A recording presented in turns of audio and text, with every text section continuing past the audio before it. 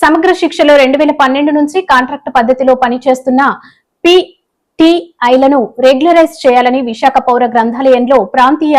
సదస్సు నిర్వహించారు. ప్రభుత్వ పాఠశాలలు రాష్ట్ర వ్యాప్తంగా 5,800 మంది ఉమ్మడి విశాఖలో 460 మందికి పైగా ఈ విధుల్లో ఉన్నారన్నారు.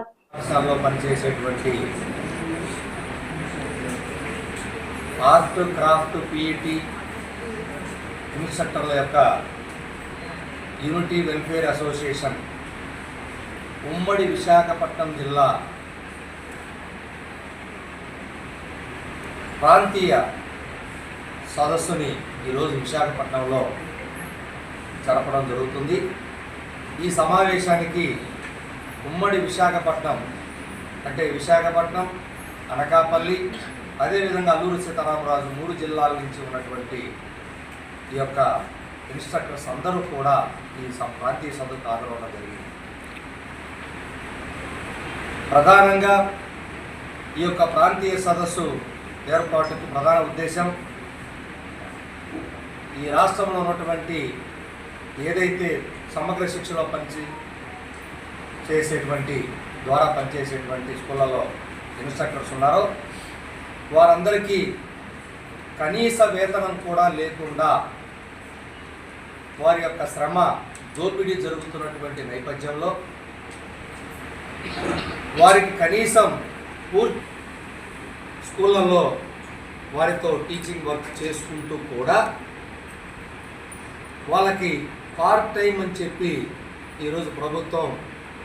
కనీసం సిలబస్ను కూడా అందులో చేర్చారో లేదో చెప్పలేనటువంటి పరిస్థితుల్లో ప్రభుత్వం ఈరోజు వారికి తీరని అన్యాయం జరుగుతున్నటువంటి నేపథ్యంలో ఈ ప్రాంతీయ సదస్సు ద్వారా రాష్ట్రంలో ఉన్నటువంటి ఈ యొక్క ఇన్స్ట్రక్టర్స్ అందరినీ కూడా ఐక్యంగా ఏకం చేసి ప్రభుత్వం నుండి ఏదైతే పార్ట్ టైం అనేటువంటి పదాన్ని తీసేసి ఫుల్ టైంగా పెట్టాలని, సిలబస్లో ఏదైతే ఈరోజు సిలబస్ తయారు చేస్తుందో ప్రభుత్వం స్కూళ్ళలో అన్ని తరగతులకి ఆ తరగతులకి సిలబస్ చేర్చాలని, అదేవిధంగా వొకేషనల్ టీచర్స్గా నామకరణం మార్చాలని, అలాగే అందరూ ప్రభుత్వ ఉద్యోగులతో సమానంగా 62 సంవత్సరాలకి వయోపరిమితిని పెంచాలని, అదేవిధంగా గ్రాట్యుటీ అంటే ఒక అంగన్వాడీ ఆశా వర్కర్లకు కూడా గ్రాట్యుటీ ఇచ్చేటువంటి ఈ పరిస్థితుల్లో కనీసం మరి 24 గంటలు సేవ స్కూళ్ళల్లో